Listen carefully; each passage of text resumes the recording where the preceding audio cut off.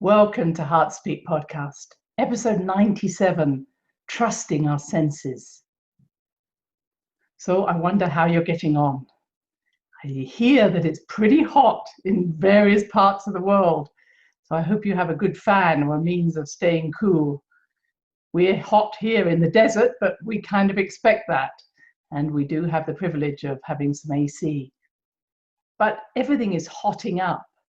And that very much ties into what's happening astrologically. You may, like I am, feel a little tireder than you would like to be. Have you noticed that? That there's a part of me wanting to move forward and there's a part of me that really wants to rest. And that's connecting to Mars in Aries, coming closer to squaring Saturn in Capricorn. Remember, if you want to know more about astrology, do join me on my webinar on August 20th. But these two planets are coming closer and they're squaring each other, which means there's tension, there's difficulty. So one part of you might be like me, let's do something new. And I thought I was going to be sharing with you more about the Earth mysteries today. But then other things got in the way, or I had to look at other things, and it's not going to be that. Instead, I have I think a very interesting podcast on our senses. So just recognize that the next few weeks, take it easy.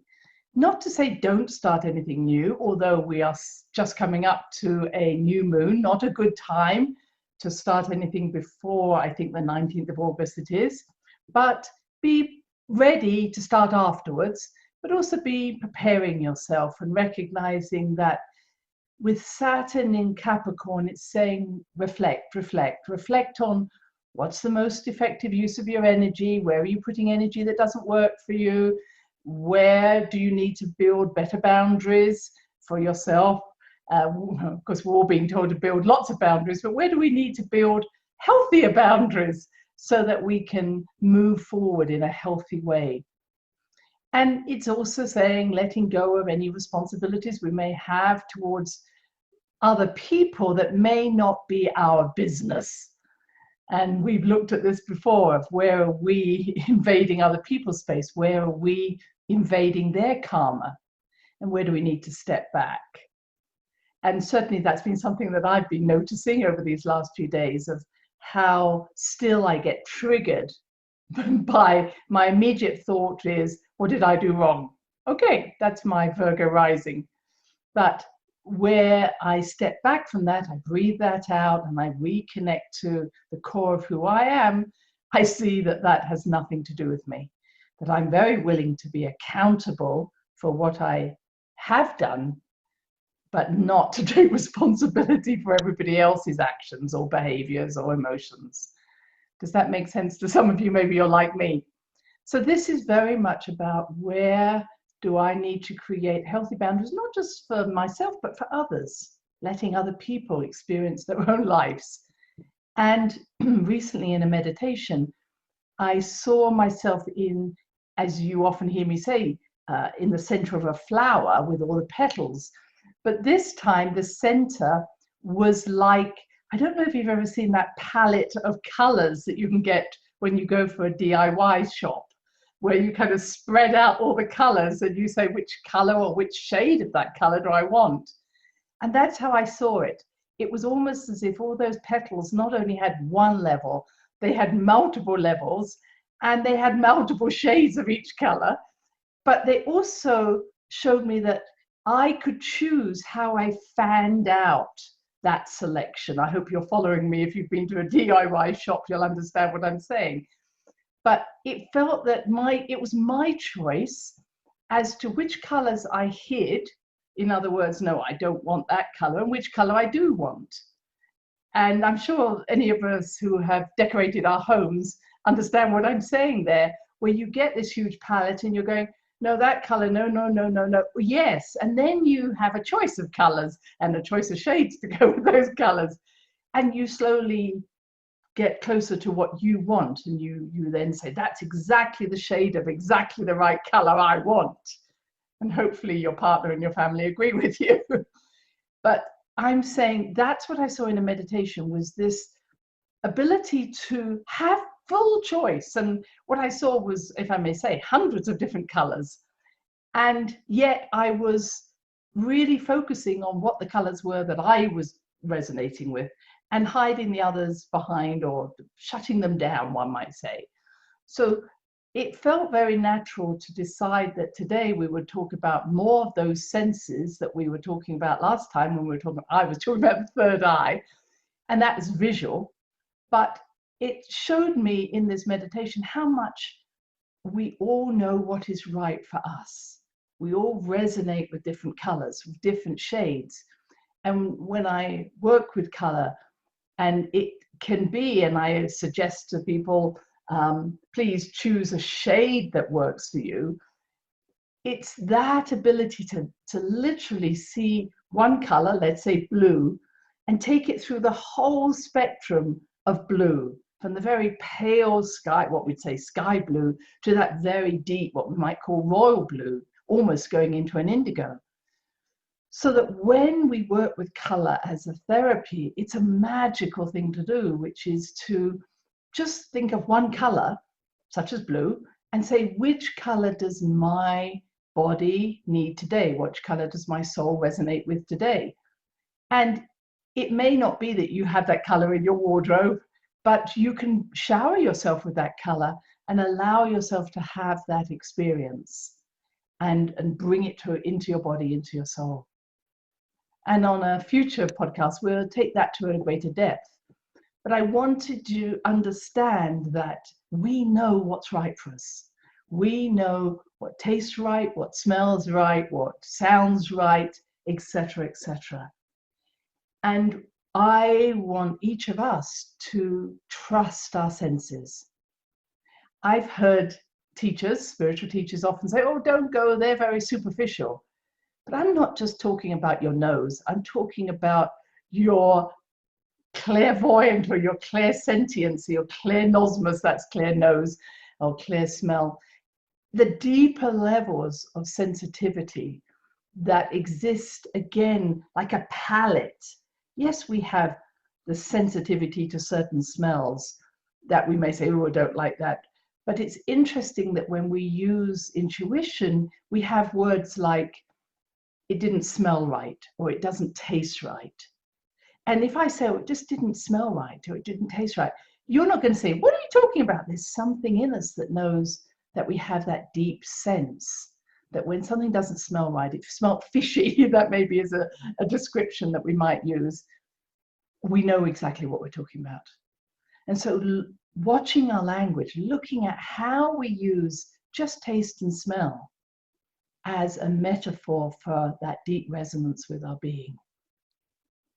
And when I was studying aromatherapy, and I met some of you when I was working as a teacher with aromatherapy schools, I learned about the olfactory bulb, where the smells go in through our nose. They go into this area of our nose before going then directly to the limbic system, of how when that olfactory bulb gets full of one smell, you don't smell it anymore.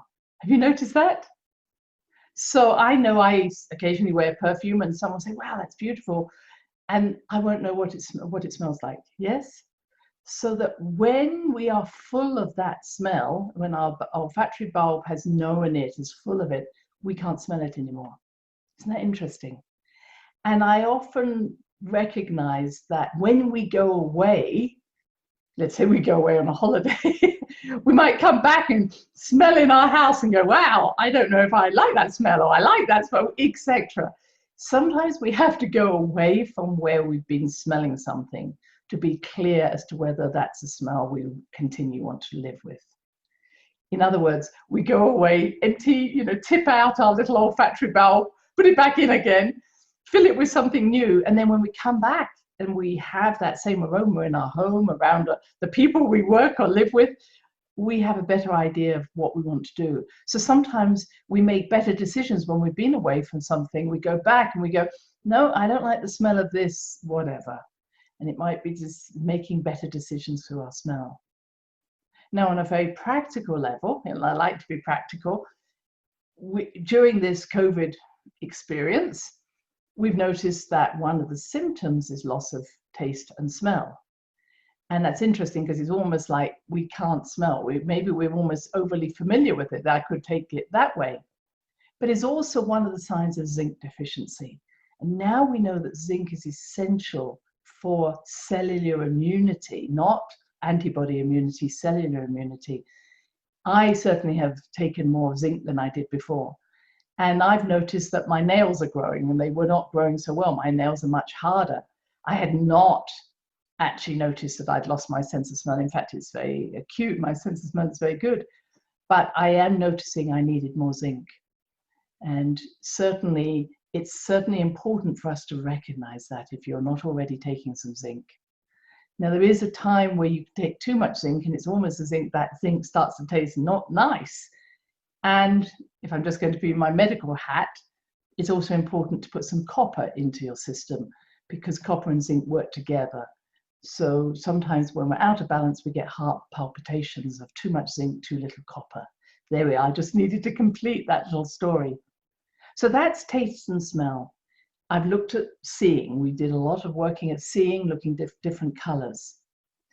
And then we're coming to hearing.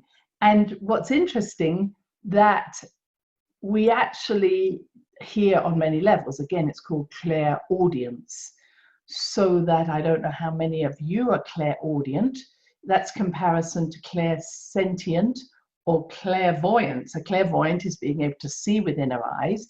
Clairsentient is being able to feel. A lot of us are feelers.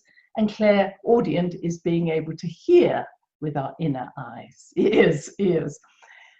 And so when I'm asking someone, well, how did you listen, or how did you tap into your intuition, they'll say, I heard it, or I got a sentence in my mind, something flashed through my thinking. And that does happen to me quite often, that I'll get words that will just be right, what I need to hear. When I'm doing my soul readings, sometimes I just get a word and I think, well, can I say that to that person? But what I do is I send it away, and if it comes back 3 times, I say it. And I'll say it like, well, you might find this strange, but this is what I'm hearing. And I have to say it's often right on. It's the right expression. So being able to trust that inner hearing is important, and not to question it, not to siphon it. It's a little bit like dreams, that our dreams are very effective when we speak them to someone, or even if we write it down in a journal. Sometimes when we go from the dream and then write it, we write it much more accurately than had we not spoken it or written it. So it's really valuable to write things down, because that really makes sense of it. And especially if I say, okay, you've got to write it all down in just one small sentence or paragraph, then you really focus on what was important to be heard. But I've also been noticing how hard it is for me to hear people when they've got a mask on. And it makes me realize that I do actually read lips. And many of us do read lips. And we not only read lips, we read meaning to the words. So the words have a different meaning depending on what you're seeing. So our seeing and our hearing goes together. So I could say, I love you, and you'd get one meaning. And if I say, I love you, you'd probably get a different meaning. So the intention, the frequency behind my words shift what I'm saying. And what I've noticed with a mask on, it literally is masking us. It's masking what we're saying, it's dulling it, it's numbing it.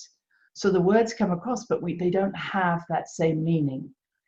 And I feel that it's almost as if that vibration is being dulled, so that that frequency that reaches us through the airways, through the ether, is dulled down. And I've recognized that there's less, if I may say, intimacy in people's words when they're wearing a mask. It's more like a directive. And one of the exercises I do, some of you have done it with me, is that I encourage us all to speak from our sacral chakra, the chakra beneath the belly button, rather than up here in our throat chakra. So if I just speak to you in my throat chakra, you can hear that actually my words are just like this, and there's really not much tone to it. And I want to give you some detail of why that is. But if I speak from my sacral chakra, I don't really care what the details are. I give you, this is how it feels to speak from here to you. Can you feel the difference? So there's a sense of when we speak from our sacral chakra, we're more intimate. We are wanting a relationship with someone. We are ready to give and take. That's what the sacral chakra is about.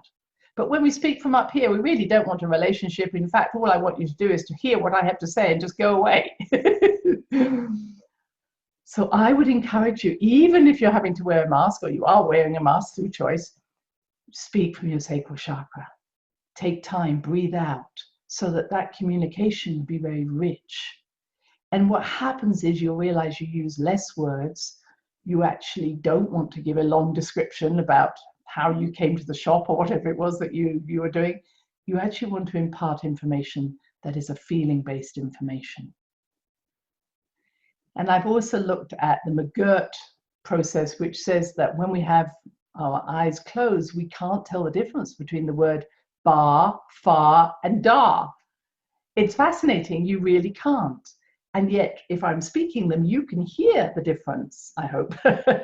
But when we're masked, we can't really discern those finite experiences, the differences here.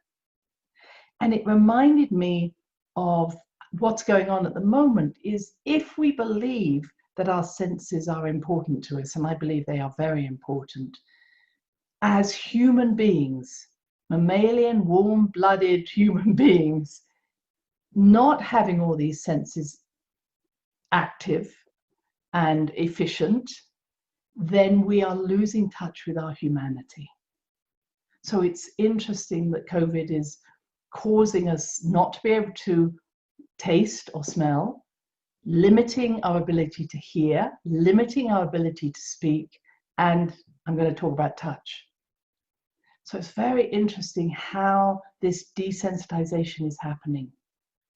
And it reminded me of the Tower of Babel. And I wrote about the Tower of Babel in one of my books, and I was fascinated to see that the Sumerians, about 2,000, 2,500 years BC, had built these, what they called ziggurats, these towers, in order to communicate with their gods, with the star beings, whatever one might believe is there in the sky. And they really were around the same time, of course, as the pyramids being built, but a little bit before that, this idea of creating a tower, a pyramid, some sort of shape that doesn't have to be, if I may say, square, it can be round, but this communication, this ability to spiral up to and reach to connect to higher dimensions or other dimensions. And this is what we're all doing at the moment. We are moving ourselves, our consciousness, to be able to meet with other dimensions, our own other dimensionness, our star beings, the guides. And at that time, the Sumerians, who were highly evolved beings in terms of understanding math and astrology and astronomy and medicine, they knew that at the right alignment with the stars and the suns and the cosmic being, cosmic shapes, and with certain shapes, I should say, that they could increase that alignment. And it was interesting that we read about this in the Bible, and I'm just going to read this from the book, my book, because it really is very interesting how this was seen. So the God of that time said, truly, they are people with one language, with the same language, one people with the same language. Is that not interesting? That in those times we were communicating not only with each other, but with other beings. And the God said, this is the beginning of what they will be able to do. Hereafter, they will not be restrained from anything which they are determined to do. And is that a problem? Clearly. So the God said, let us go down and confuse their language so they will not understand one another's speech. So the Lord scattered them from the place all over the earth, and they stopped building the city. Now, isn't that interesting? And that's where we get the word Babel, from the Tower of Babel being destroyed. By separating us, by putting us into different continents, we no longer understood each other's language. And what I'm recognizing is that this Tower of Babel is being destroyed again. We no longer understand each other. And when we don't understand each other and have a common language, we feel afraid. We're being taught to fear each other because we've lost that ability to share language. And I think the language that is opening out, the language is coming back, is the language of love. I'm seeing compassion. I'm seeing love, which has no boundaries. That common language that says, what will I do in this situation to be more loving towards this individual and to myself? It's not about just thanking a few people. It's about first loving ourselves, knowing we exist and we can connect with others through our intuition, through our consciousness, through our sense of love. So one of the things I do is when in the morning and I'm looking at the sun, I'm recognizing the sun is shining on all of us equally. And I imagine everyone in the world being lit by that sun in a very natural way, not too hot, not too cold, but in a way that says we are the children that understand each other because we are all connected to Mother Earth and to Father Sky. So let us not close down our conversations. And at this moment, there's a lot of closing down people who are said to have misinformation, which again is so aligned to the Tower of Babel. This information has a common language, therefore we must shut it down and call it misinformation. Let us not be shut down. So that brings me on to touch. In fact, something very, very close to my heart. I'm a toucher. I like to touch. Even this Brit, we're not great touchers, but I always say that because there's so many of us living on a small island, we kind of hold our energy in. But I always remember that when Princess Diana died, and I went to Kensington Palace and into the gardens, there was silence. People were so quiet, and I could almost feel that other people who weren't British kind of were saying, what's wrong with the Brits? Why don't they grieve? Why don't they talk about what's going on? But the power of our grief was in our silence, because we were all touching each other with our energy. Touch is such an important part. We use it. It's touch, if we say with our hands close to our heart. So we say, I was touched by what you said. I was touched by your generosity. It's so interesting we use that language. And touch is the first sense of the 5 senses that we develop as an embryo, about 6 to 8 weeks old. And it is connected intimately to obviously our skin, and then the skin to the nervous system.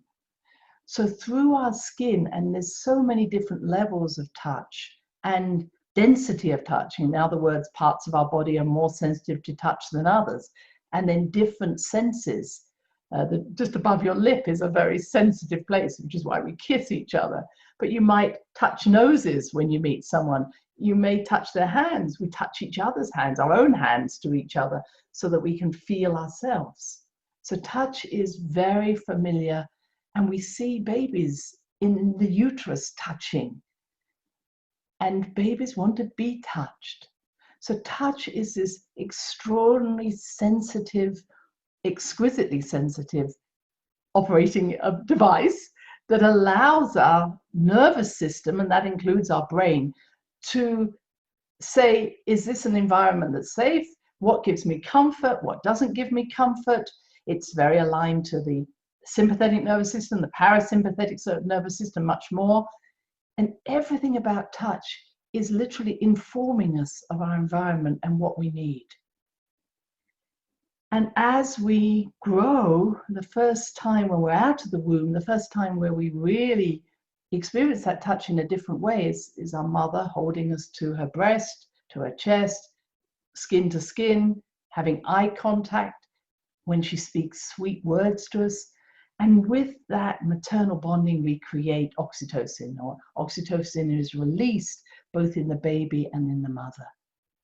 And that ability to be held regularly or to be spoken to with or without breastfeeding, I'm all for breastfeeding, but just holding the baby to the chest, to the breast, is a way that child develops security, confidence, knowledge, and gives them that strength to be able to leave home, to go to school, to have other friendships. So it has a lot to do with creating healthy social connections, relationships. And the opposite of that, of course, is social isolation and distrust. So it's been shown that if you take children in a country where there's a lot of touching and hugging, and you take another group of children where it's not so common to do that, the children who are less touched are far more aggressive in the playground, they're far more isolated, they're far more depressed. So touch is so important to us. And we certainly need that for the first probably year of our life. It doesn't have to be all the time, although a lot of cultures would carry the child on their chest or their back. But just knowing that you have that attention, your mother is looking at you, she's speaking to you, she's holding you, and you are the prime center of her attention, is so important for a baby's oxytocin levels.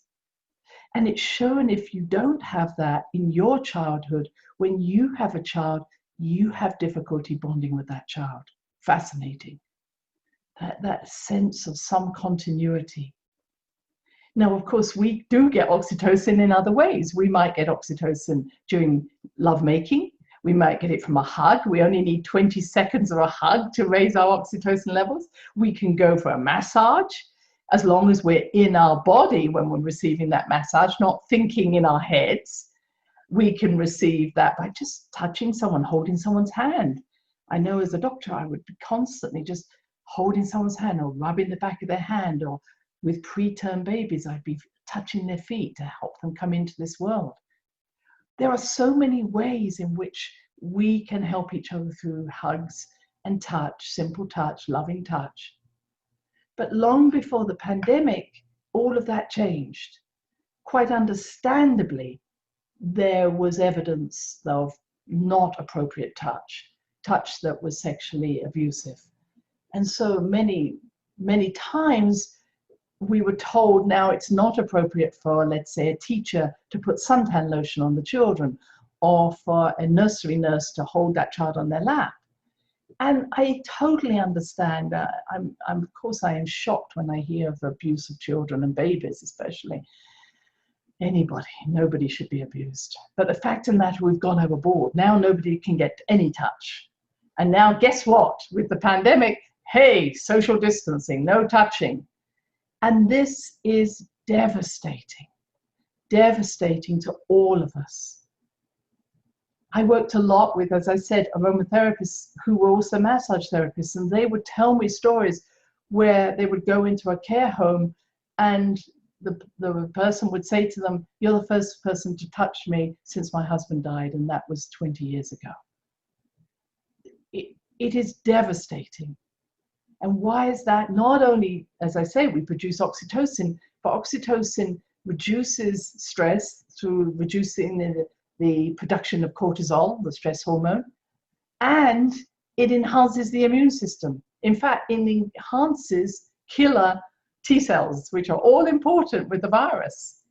So not allowing touch in our care homes, with our elderly, with our children, is devastating. And I can't even understand what that would feel like. I know I have a partner. I know I was very much hugged when I was a child. I know that feeling. I like hugging. But to not be allowed to touch your loved ones and not be touched is the quickest way of reducing the immune system, making it not effective, increasing stress, increasing social isolation, which ultimately again causes more abandonment feelings and rejection, increases, as we're seeing, both suicides and the need for more drugs to calm down our depression. Because what we understand, that even if you go for a massage, you go for a walk, or you just even feel the wind on your body, you do some yoga, as you're moving your skin, you're actually producing serotonin, and serotonin actually reduces depression. So that's why we say exercise is good for us to reduce depression, because moving our body, moving our skin, stretching our skin, or feeling something against our skin, which produces serotonin and decreases depression. So are you hearing from me how important touch is? Touch is our most essential of all senses. You may never have understood that before, but we can do without sight, hearing, smell, taste, but we can't live without touch. And we are in a situation where we're living without touch. Now, if you have a furry friend, a furry pet, touching a pet, stroking a pet is a wonderful way of not only increasing your own oxytocin, increasing more serotonin, but of course your pet loves it as well. So that's why pets are so wonderful in care homes or in hospitals, because again, they allow, as soon as we see a pet, we tend to reach out and touch. It's not just the presence of the pet, it's the presence that we can touch it. It's why children have cuddly toys, why they have something, a blanket that they hold on to. It's soft. And we have evidence, so much evidence of the power of touch for children. We know that it helps them to develop really good boundaries, but also good decision making. I think we were all aware of the Romanian children during the times of the Romanian uprising. There were so many orphans. And the stories that came out of those orphanages were that those children would cry and cry but nobody would reach them, and they were never touched. So they failed to thrive. They often got more infections, and their ability, IQ, was also damaged. So touch helps our IQ. Touch helps us in these ways. And then I was watching another video, which was extremely sad, where they were working with monkeys, small baby monkeys, and they offered them two options. One was a wired monkey, mother monkey, that had food to offer the baby, and the other one was a wired monkey, but she had terracotta over her. And the little monkey needed the terracotta. She leaned up against the terracotta monkey, even if that terracotta monkey had no food. So the baby would rather die of lack of food than it would of lack of touch. Gracefully, they did offer that baby monkey food. But I feel that we are learning so much about touch. We did so during the HIV crisis, the AIDS crisis back in the 90s. We learned that touch was an essential part of the healing then. Again, enhancing that sense of belonging, that sense of love, that sense of comfort, but also that increasing the immune system. And what's happened is, in the last few decades, we're watching as more and more people are touch deprived, touch starved. And often technology now has become the most intimate friend. Many youngsters live and walk everywhere with their phones, with their tablets. And often I've seen it in airports where parents are so tired or they're so caught up in their own technology that they'll just give the child an iPad and just play with that. It's not the same. It never can be. Touch is everything. Even if we're just sitting on someone's lap as they're working, even if we're just rubbing their leg. I'm thinking of how often I would sit on my dad's lap while he was doing other things, but what comfort that gave me. So ultimately, I would like to say that the virus, the corona, is allowing us to see what is essential to us as human beings. What can a robot not do? What can a machine not do? What can it not give us? And I think that ultimately, we're going to see that's an advantage. We're going to see as an advantage to be able to speak, to be able to be heard, to be able to use our voice in different ways, to be able to be touched, to be able to smell the air, to be able to taste good food, and to be able to see things as they really are. And I would like each of us to experience something even in our own day. So we say, have I smelt something today? Have I tasted something? Have I touched or been touched? Have I seen something beautiful that filled my heart? Have I been heard, or have I heard something that resonates with me? And so finally, the things that we can do for touch, for instance, would be even just rubbing your own fingers on your arm, so that you're actually not only receiving touch, but you're also feeling under your fingertips what's it like to give touch. And I know that many of us live outside our body occasionally, but encouraging us all to come into our body. And that's a matter of trust, isn't it? Because maybe we trust our mind or trust our heads more, we trust our bodies. So just re-entering our body is a sign of trusting ourselves, trusting our instincts, trusting our senses. So what does it feel like wherever you're listening and watching me? Can you feel the chair under your body, or the bed where you're lying on? Can you actually feel it support you? Can you trust that? Can you trust the ground under your feet? Can you feel your feet on the ground? Can you trust Mother Earth, or the wind, the sun? And then allowing yourself to trust others. Allowing that heart to open, even if you don't get touched. Open our hearts to each other in this time. And recognizing that power can never be stopped. Until next time, my friends. Bye-bye.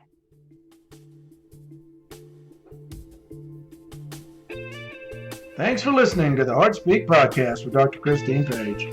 Please check out all HeartSpeak episodes in the podcast archive section on www.christinepage.com.